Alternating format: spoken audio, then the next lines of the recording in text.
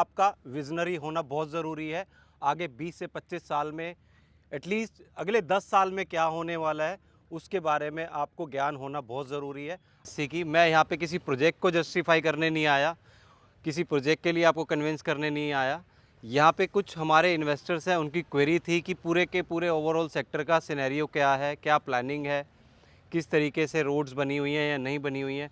उस चीज़ का मैं आपको दिखाने के लिए आया हूँ। इनफैक्ट वीडियो तो उनके लिए था, तो यूट्यूब पे भी आपके साथ शेयर कर रहा हूँ मैं इस चीज़ को।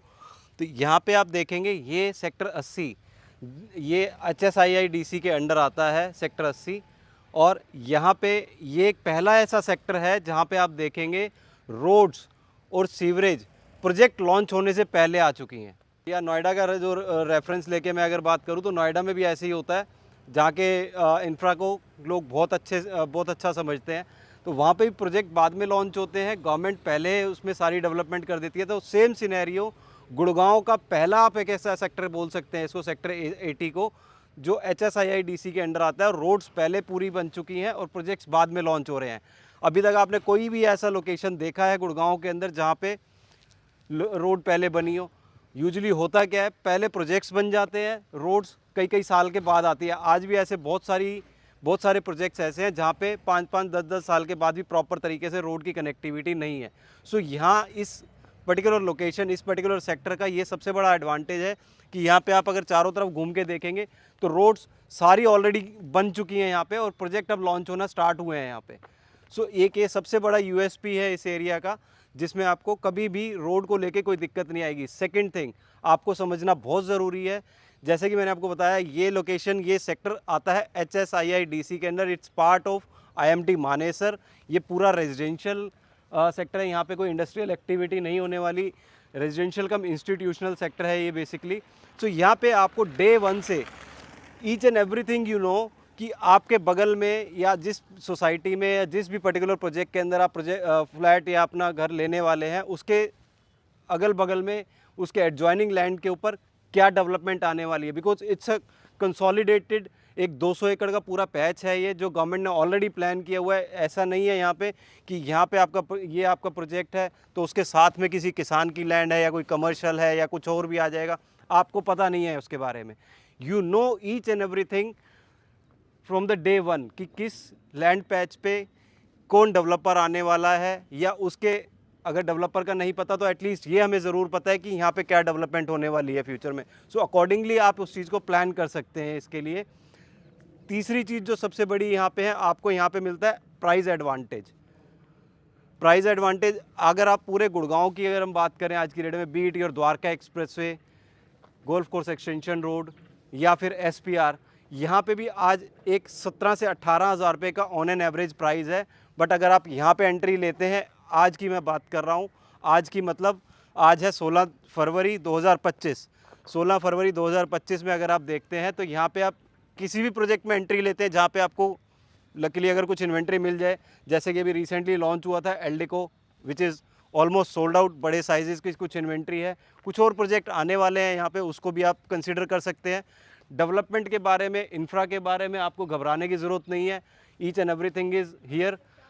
एक चीज़ और मैं आपको यहाँ पे बताना चाहूँगा जो पीछे मिस कर गया, कि ये आता है HSIIDC के अंडर, ये HSVP के अंडर नहीं आता। आप जो एरिया HSVP के अंडर आता है वहाँ की डेवलपमेंट आप देख सकते हैं, वहाँ का मेंटेनेंस आप से देख सकते हैं इंफ्रा का किस तरीके का है। यहाँ पे आपको फ्यूचर में भी जो है मेंटेनेंस को लेके, इंफ्रा की मेंटेनेंस को लेके, कॉमन एरिया की मेंटेनेंस को लेके कोई वरी करने की ज़रूरत नहीं है। यहाँ पे आपको सारा का सारा इकोसिस्टम डे वन से मिलेगा, beat your hospital, schools, market. So यहाँ पे आपको फ्यूचर में भी वरी होने की ज़रूरत नहीं है कि यहाँ पे कभी वाटर लॉगिंग होगी, बारिश के टाइम पे बहुत ज़्यादा फ्लडी हो जाएगा एरिया, सीवर में आपको कोई प्रॉब्लम आएगी। क्योंकि गवर्नमेंट जो प्लान कर रही है इस पर्टिकुलर सेक्टर को, ये प्लान कर रही है अगले 50 साल के लिए। जो एग्जिस्टिंग सेक्टर्स में है वहाँ पे आप अगर देखेंगे तो वहाँ पे हमारे को ये बेसिक फाइट रहती है कि रोड्स टूटी हुई हैं, पानी भर जाता है वहाँ पे। कुछ एरियाज ऐसे हैं जहाँ पे पानी आता ही नहीं है, काफ़ी टाइम तक दिक्कत होती है, वाटर की, पानी की दिक्कत होती है वहाँ पे उन सोसाइटीज़ के अंदर। या और भी अलग तरीके की बहुत सारी प्रॉब्लम्स है, ट्रैफिक जाम और बहुत कुछ है, तो वो डिटेलिंग में नहीं जाएंगे। तो कुल मिला के कहने का मतलब ये है, ये पर्टिकुलर सेक्टर में आपको कभी किसी तरीके की प्रॉब्लम नहीं होने वाली आने वाले टाइम में भी, बिकॉज़ यहाँ पे डेवलपमेंट ऑलरेडी हो चुकी है। HSIIDC के अंडर आता है, जैसे कि मैं आपको फिर से बता रहा हूँ। तो यहाँ की मेंटेनेंस भी, इंफ्रा की मेंटेनेंस भी जो होगी, वो रिस्पॉन्सिबिलिटी, वो लायबिलिटी है HSIIDC की, नॉट HSVP। HSVP के ऊपर बहुत बर्डन है, पूरा गुड़गांव संभालना है उन्होंने, बट HSIIDC को सिर्फ मानेसर के कुछ सेक्टर्स हैं जो IMT मानेसर की तरफ कुछ रेजिडेंशियल एरिया लगता है, और ये एक एरिया है जिसको पॉकेट 1 के नाम से भी जाना जाता है। मानेसर की पॉकेट 1 बोलते हैं इस सेक्टर 80 के इस पर्टिकुलर 200 एकड़ के पैच को, जो कि स्टार्ट होता है हमारा नेशनल हाईवे जयपुर हाईवे से और यहाँ पे आके एंड हो जाता है। तो यहाँ पे आप आएंगे तो प्रैक्टिकली फील कर पाएंगे। मैं आपसे रिक्वेस्ट करूँगा, अगर आपकी कोई क्वेरी है not related to the project, if you have any query regarding the sector, इसकी फ्यूचर डेवलपमेंट को लेके क्या है, कैसे है, क्या होगा फ्यूचर में, और यहाँ पे आने वाले टाइम में कुछ अफोर्डेबल्स भी आएंगे, स्कूल्स भी आएंगे। ये जो पर्टिकुलर लैंड पे जहाँ पे मैं खड़ा हूँ ना, तो यहाँ पे इधर इसके बगल में ही यहाँ पे कमर्शियल बनना है इसका, और वो जो पीछे एक आप खंडर सी बिल्डिंग देख रहे हैं, ये इंस्टीट्यूशनल पैच है इसका, जहाँ पे हॉस्पिटल और स्कूल्स प्लान्ड है। सो कुल मिला के यहाँ पे आपको बहुत कुछ मिलने वाला है। अगर यहाँ पे आप किसी भी एक प्रोजेक्ट के अंदर अपना फ्लैट लेते हैं, घर बुक करते हैं, घर लेते हैं, तो आप ये मत सोचिए कि आप उस पर्टिकुलर प्रोजेक्ट का पार्ट बन रहे हैं। नहीं, 5 या 6 एकड़ 10 एकड़ का पार्ट बन रहे हैं आप।